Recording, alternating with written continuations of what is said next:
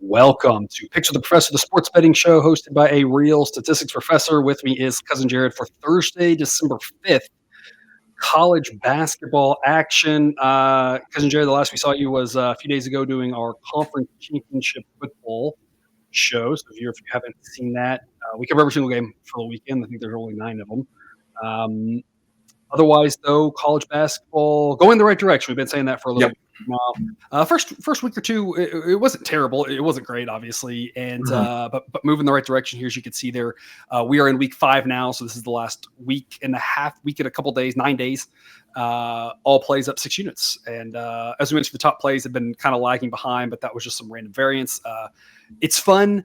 The only fun thing about random variance, as a statistician, myself and statistics professor, is preaching random variance and letting it play out and being like, I tried to tell you all it was random variance.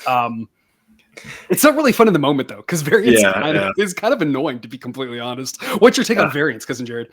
I feel like sometimes we do not do a good job of practicing what we preach. This is a do as I say, not as I do type situation, where especially with like college basketball is the worst. Baseball can get this way too, where it can just be a roller coaster sometimes. And you're like, I know they're like, hey, do I need to get under the hood on the model and check what's going on and everything? And it's like, well, sometimes things just stink for a while, and then things are inexplicably great for a while as well. So, it's easy to get, a little, dejected at times. But the reality is it's just part of it. Things are going to break your way and things aren't. It's random. You just kind of got to deal with it. But much easier said than done, as always. And again, we always talk about this as an educational show, and so we try to always make sure you are enlightened. Of course, I feel like there, because Jared, you were speaking to my soul, right? The it's easier said than done, and practice what we preach, not what we do, because it is tough. And you're right. We have a lot of side conversations and I'm trying to gauge that, right? Like how much of this is just variance, and it's not an easy answer to it doesn't matter how many years of training experience I have. It's not an easy answer, but we see it here. Things moving back the right direction, and if you're looking for all of these picks, again, Dub Club is the place to be there. The honor roll gets all access to everything, all the projections, everything the model can output in a nice, concise, clean fashion, every sport we do. And you can get half off your first month with the link in the show description. Some reminders real quick here before we get to it about the model. It is a player-based model, so ready to reflect the current roster. The average grade is 100. Higher implies more points. Offenses want to be higher. Defense is lower. We are projecting an average game, especially with college basketball. One game is unknown. Fouls, right? Who gets hot from 3?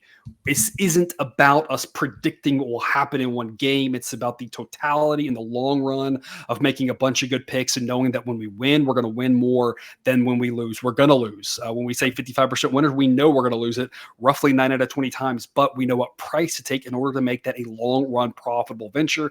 That's how we get to the phrase, anything is a good bet at the right price or right number. Doesn't need to be offered, but we at least know based off the model what we are looking for. The model will give A, B, C, love, like, lean. We will choose to place 5 picks for you today.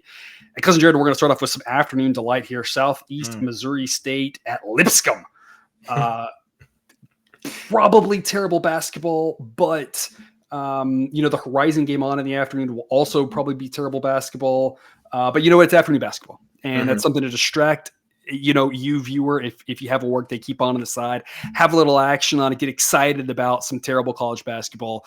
We're going to take Southeast Missouri State plus 16. It is an A grade pick. Lipscomb wins by an average of 11 points. They are at home, and they are the better team. Don't get me wrong here. These defenses are both very average, but Lipscomb's offense being average is much better than Southeast Missouri State's. This isn't a game we think Southeast Missouri State is likely to win. The model does give them a 16% chance of pulling off the outright upset. But in general, we think this game could be upper single digits, lower double digits. There's a lot of ways we can win getting as many points as 16.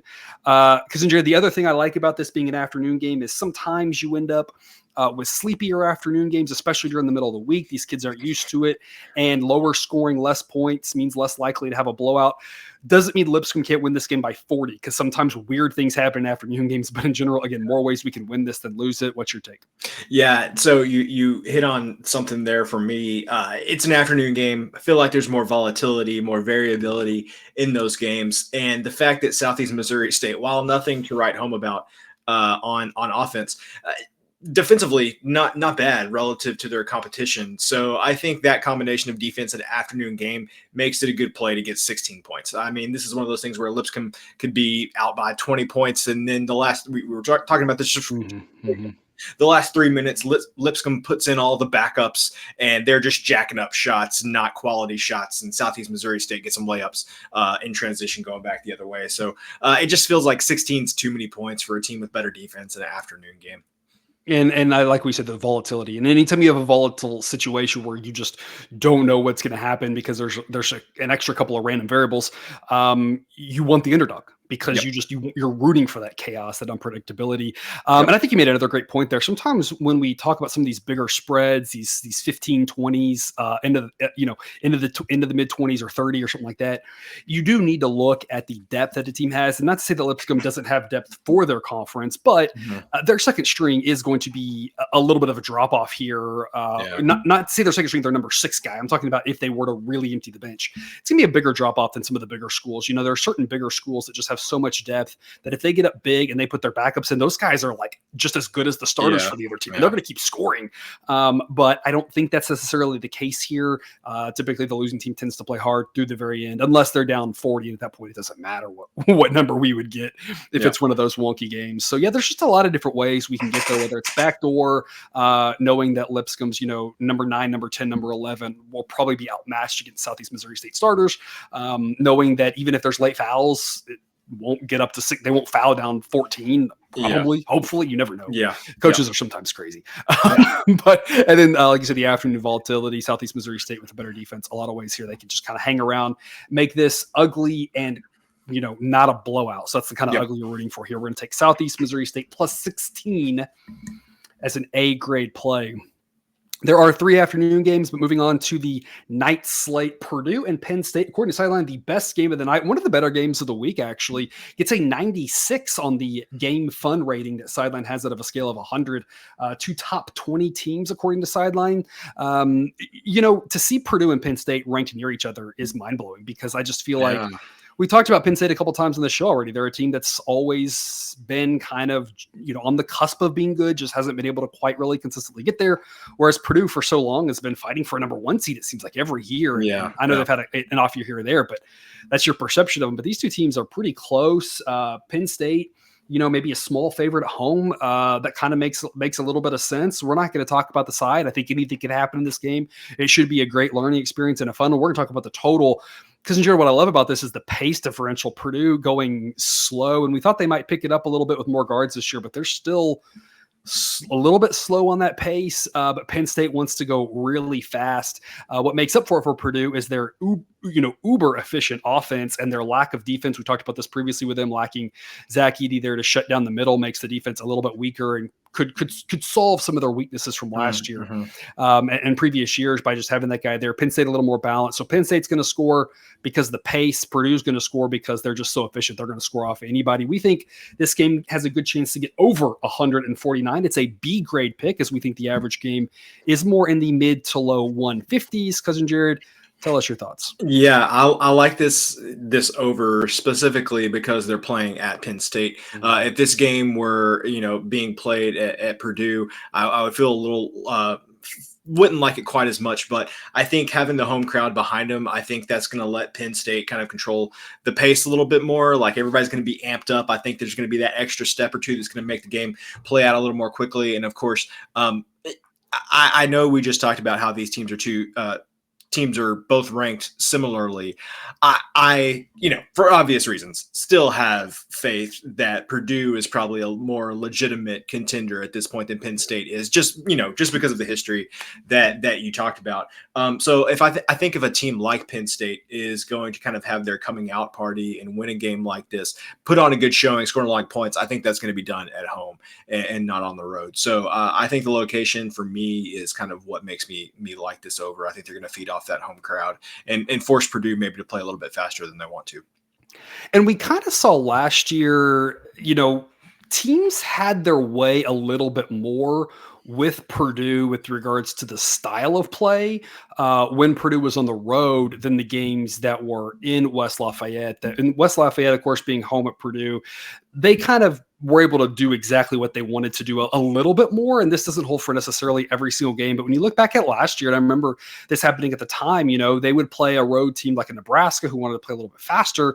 And that game flew over. They play a team like Maryland on the road who wanted to really grind it out. And it kind of became a grinded out game. There were a couple exceptions to that. But for the most part, they really played the style of play that the opponent wanted to when they were on the road. Yeah. And that's kind of what we're talking about. You're hoping that same trend continues with Penn State obviously wanting to go really fast. Of note, of course, these two teams played once last season in a game that flew over 151 and got to 173 points. I'm not sure it'll go quite that high. But these two teams have been a little bit more over heavy than under heavy in their recent history. Some of that doesn't make a huge difference with some different players, and especially Edey kind of changes things up a little bit. But last year, you saw teams wanting to speed Purdue up at times if they thought they could, because Edey being, slower to get up and on the court. But Penn State wants to do that anyway. It doesn't really matter what Purdue's gonna do. They're gonna want to speed it up. And so that extra pace, we think, can get some extra points. Over 149, B grade. Again, we think more like 154 is where the number should be set. Lamar and Texas A&M Corpus Christi, a little bit of a weaker slate here on Thursday. We will end up with some good Thursday slates in the new year. We've got some conference games that last with a conference game, a lot of conference games here, but we'll end up with a full slate of these conference games. The Big West, we'll talk about later. A bunch of these, the Pac-12 used to play a lot of Thursday games, obviously, RIP there, but we ended up with a bunch of good West Coast late night Thursday night games. So we'll have some more of that. A little bit weaker here, so we're dipping down into the Southland for their opener. Texas A&M Corpus Christi, by far the better team, an average team in college basketball. Lamar is terrible. We've got this A&M Corpus Christi by 11.5 at home. We're going to lay 8.5 as a B grade pick. Cousin Jared, two questions, of course. Why do we like laying the points? How do we see that number with late fouls? What are you playing it up to? Is there a limit that you've got? What do you have for us on this one? Yeah, I think 9.5 is probably my number here. I don't think I'd want to lay 10 with A&M Corpus Christi, but for me, you mentioned A&M Corpus Christi just better in every facet of the game than what Lamar is playing at home here. They play with a pace such that covering a number like 8.5, a little more feasible maybe than some of the other teams. I would also say that this is just a team that showed improvement through last season, and that has kind of continued so far into the beginning of this season. I think they are probably the only team that has a shot to give McNeese State trouble in the conference this year. Since Will Wade took over at McNeese, he's just done a really good job making them into a very, very solid lower level team. I think A&M Corpus Christi is the only one that can give them really a run for their money. So for me, I just think A&M Corpus Christi is a little bit undervalued right now. Maybe that will change, but I just feel like this might be a team that we're laying points with a lot as conference goes on, because there's like McNeese and then A&M Corpus and then a lot of maybe entertaining teams at the bottom, but nobody that's really good in the rest of the Southland. I know that people came here to talk about Southland basketball, so we might as well indulge them on that. The model does have Southeastern Louisiana, Stephen F. Austin, and UT Rio Grande Valley as all decent teams right behind A&M Corpus Christi. And so it'll be real interesting in that trio if one of those teams kind of jumps up and solidifies themselves. A&M Corpus has been a good team for the last many years. They've had a tournament bid in there or two. And so can one of those teams actually kind of get up to that level of A&M Corpus Christi, kind of give McNeese a run for their money? Obviously, McNeese is running away with it right now if everything plays out like we think it will. And then, like you said, behind that, you get to some entertaining teams, some bad defense, then you get to some really bad defense, and then you get to some worse defense. And one of those is Lamar. And that's the thing is that when Lamar has the ball, their offense is better than their defense. A&M Corpus Christi, same story.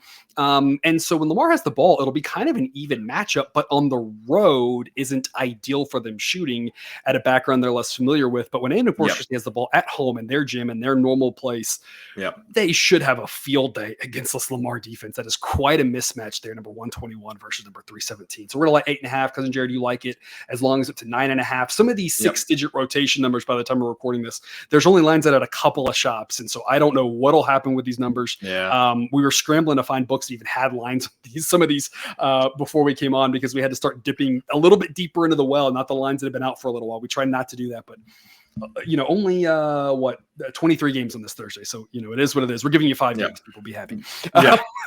Long Beach State and Cal State Fullerton, one of 5 Big West games here. We like this one as one of our top plays of the day. We have 3 top plays. This is one of them. Under 127, A grade pick. Sideline says 119.5. We are predicting Long Beach State on average to get into the 60s. This could be a really low scoring game. Folks, look at that pace. Both teams in the 300s. Look at those offenses. And then you add in Cal State Fullerton's defense is actually semi-competent. This could be a terribly boring, low-scoring basketball game. And anything can happen in one game. Teams can get hot from 3, so you just never really know. Could be a triple overtime game. But even if it hits triple overtime, we may still not get much past 120, to be honest with these two. Under 127 A grade, one of our top plays for the night, one of 3, and the other 2 available on Dub Club. Cousin Jared, I know you like your college basketball unders. What gets you excited? This one, it checks all the boxes. I mean, like Miss Cousin Jared, it just really checks all my boxes here. And the reason that hopefully she's watching tonight. No way in hell. So the thing is, not only you mentioned the pace, 2 teams that like to play slow. The other thing is 2 okay defenses, Cal State Fullerton, okay, Long Beach State, not that good, but still better than the Fullerton offense somehow. Yes. A conference game, usually, these games matter a little bit more now. We're getting into that time of the season, the end of the game, the coaches want to slow it down, make sure they got the right play in, all of those types of things. And the other thing that I have learned through the years with college basketball is you can want to play an under on a bad team, and in your mind, like, I'm just going to throw a team out there like Mississippi Valley State. Like you want to say that you want to play an under with them, but sometimes Sideline has a hard time with their defense is just so bad that the other team will still put up points. This is the opposite of that, in that these offenses might be so bad, Long Beach State specifically, that it's going to be really tough for them to get a lot of points. And that, again, that's just adding on to the pace, the Fullerton having a decent defense, slowing things down, getting into conference, all of those types of things. So for me, this is just, maybe not the perfect storm. The perfect storm would have been the Coppin State and Wagner game, where I made the comment to you last night that I don't know if this game was going to get to 100. It got to 117. So that may have been the perfect storm, but this one I think is going to be very close to that level. This one's going to be, I'd be surprised if it gets to the 120s. Was Long Beach the one where the coach had been there for forever last year and they made a run? That sounds right. Fired the coach. He was already fired. He knew he wasn't coming back. And they were just continued to win. It's maybe reminiscent of what Ryan Day is going to be experiencing, for the next who knows how long. So that's for another show. But it is. And the reason I bring that up is it's just crazy. They weren't bad. And obviously, I don't know what they were hoping for, but they got a long way to go. They've got, according to Sideline, again, one of the worst offenses in the country. They might be in for a long season in the Big West. Just looking at all the other Big West teams, there's only one defense that I could spot easily worse than theirs, and there's no offenses. So it may be tough sledding for them. And I think they kind of realize that, which is why their pace is slow, right? They know that if they get more possessions, it's not like anything good's going to happen. And they aren't really able to get open shots early in the shot clock because they aren't able to get open shots, period, because they're not a good offense. So we're going under 127 A grade pick, more likely to stay in the 1-teens than anything else, or if it gets in the 120s, the low 120s. Again, one of our top plays. All of the top plays available on Dub Club, along with a bunch of other plays here today for Wednesday night, which we're recording this. I think we had, was it 20 plays for a reasonable Wednesday night slate. So a bunch of stuff over there. The picks only package $19.99 per month.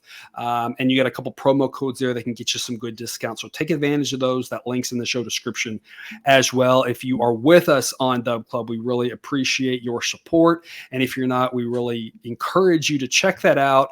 You can make a little extra money and you can help us keep the lights on here, which goes a long way. So we thank you for considering joining us over on Dub Club. And then, of course, to wrap us up, the third best game, according to Sideline of the night, barely behind the Xavier TCU game, will be St. Louis and San Francisco. A couple games will be interesting here. That Xavier TCU game where you've got TCU's at home in that one kind of helps them out. Xavier probably the better team. That should be a great game. But this one should also be another one where we think it'll be closer than the spread indicates. We've only got this as San Francisco by 5. We've got them as the home team, of course, but only slightly better than St. Louis, not by much. And so we're going to take the 9 points with the dog here. Give us +9 with St. Louis, A grade pick, as we've got this a little bit closer. St. Louis, the best unit on the court, their offense, their defense, the worst unit by far on the court. This should be a fun game just because I feel like anytime St. Louis plays, it's fun at this point with the new coach coming over from Indiana State, and all those Indiana State games last year were just a lot of fun as well, considering the style of basketball they play, which is they know how to play the offense, and defense is maybe not even optional. Maybe it's discouraged. We're not really sure. Right. St. Louis definitely has the firepower to hang in there with a good San Francisco team. 2 good mid-majors here. Could be in the tournament come March, so might want to check them out now here on a late one, 10 p.m. Eastern here on Thursday. Cousin Jared, tell us more. I just really like the St. Louis offense is what it comes down to when you're not talking about these, Power 4 conferences, when you're talking about these smaller conferences here, having any unit on the court that can crack the top 25 nationally is definitely a big advantage for you. San Francisco has in the past played quicker. Not necessarily the case this season, but their offense is still good where they get into some higher scoring games because, St. Louis is really good. Not to discredit San Francisco. I mean, it's still a pretty good offense for the level of competition. But I just think having any top 25 unit in a game like this is going to pay dividends, I think. And I think St. Louis can just keep it close enough. And if it gets into a high scoring game, I would actually like St. Louis outright to win the game, depending on how it plays out. That might be like a money line, a money line as the game's going on, do a live bet. You see that the game's playing really fast. I think that plays into St. Louis's hands. So anyway, I just think 9 points is too many for a top 25 offense, even with how good San Francisco is. I like that. It'll be if they hang in there, in this game, if anybody's got a money line ticket, whether it's pregame or live, you might end up with it's got to be some good plus odds there for that one. Plus 300, plus 400. I don't know what number you could get, but I'm sure it would be really good. The thing here now, I will say I really like this game for San Francisco for prepping for their conference season. And I don't know if they did this on purpose or not, but playing a team like St. Louis that is got such a good offense is maybe one of the best preps they can get for a team like Gonzaga. Yeah, because the other good offenses are, Kansas and Duke. It's hard to schedule those games, right? So obviously not to say that St. Louis offense is anywhere near Gonzaga. I'm not trying to have a hot take on that. I'm just saying this is a very good offense. And a team like San Francisco, their big issue these last couple of years, trying to get over the hump and trying to become really relevant here in the in their conference, their big issue I think has been they're not playing a ton of teams that really prep them for Gonzaga and St. Mary's, and so getting that here can help. And not to say they're dodging anybody or anything. It's just it's just tough to get good schedules, and so that bodes well for them in the future. But again, like you said, I think they can St. Louis can hang in there.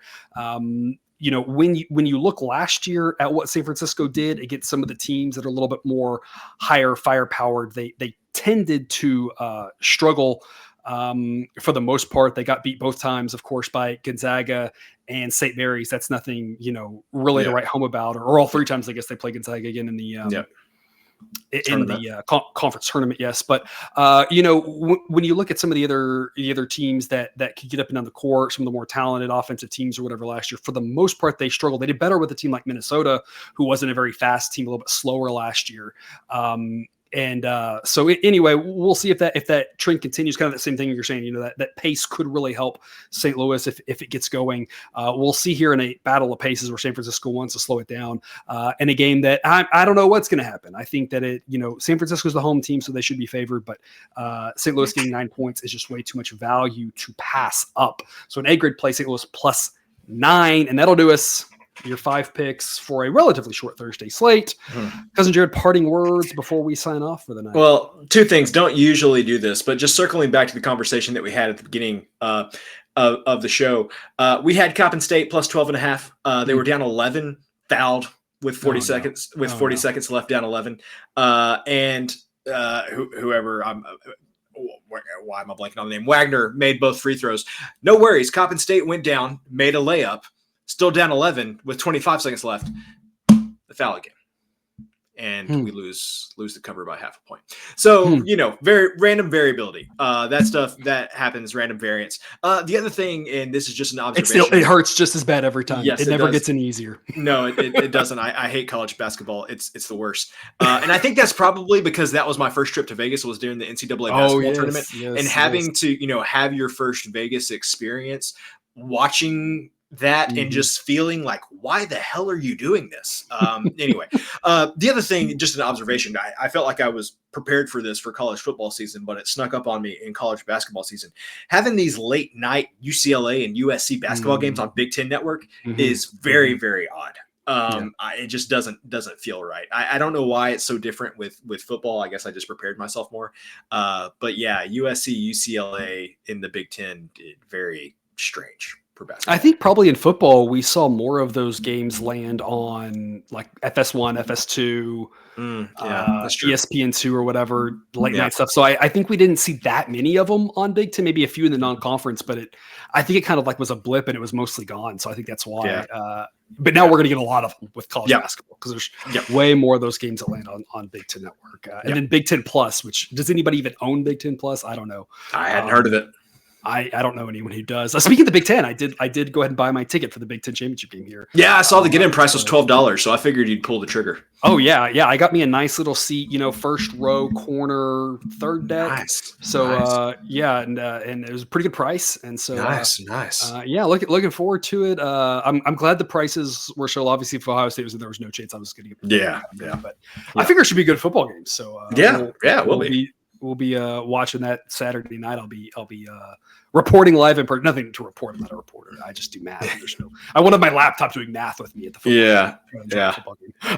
All right, that's all we got here for you today. Then, as always, we thank you for watching. We wish you the best of luck and remind you that you can eat your betting money, but please don't bet your eating money.